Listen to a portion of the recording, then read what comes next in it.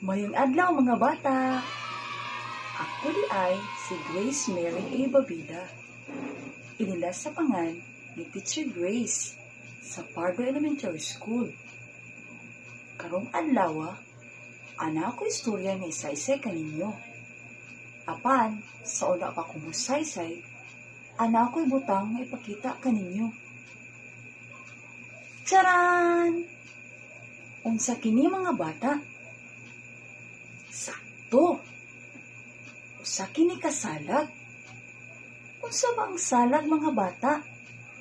Ang salag kay usa ka dapit kung asa mangitlog ang langgam o mag-atiman sa iyang mga piso.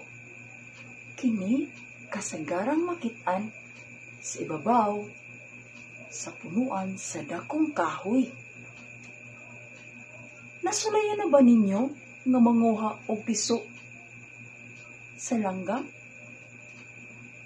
Sakto ba nga manguha og piso sa langgam mga bata?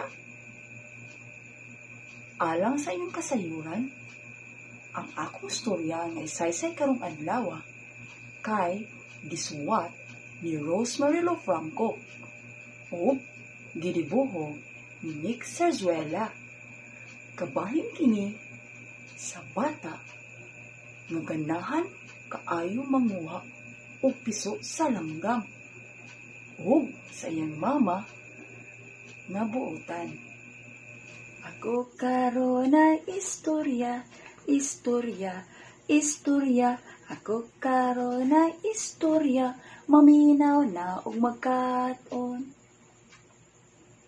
Ang istorya nako karong adlaw kay naguluhan og ang salag.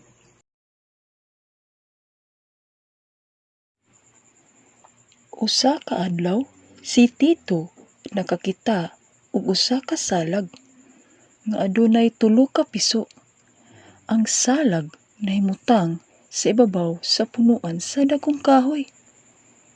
Gusto niya nga kuhaon ang mga piso. Apan gisultihan siya sa iya nga inahan nga dili kuhaon ang mga piso kay mabuwag sila sa ila nga inahan.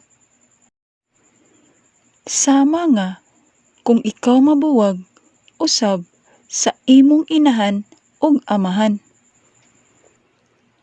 Nipatuo si Tito sa sulti sa iyang inahan nga dili gyud kuhaon ang mga piso gikan sa ilang salag.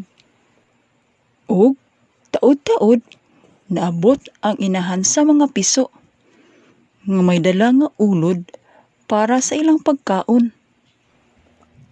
Nalipay og maayo ang mga piso nga nagpaabot sa ilang inahan.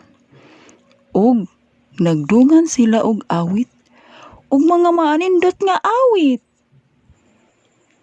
Sukad niadto, wala nagmahay si Tito nga naminaw sa iyang inahan.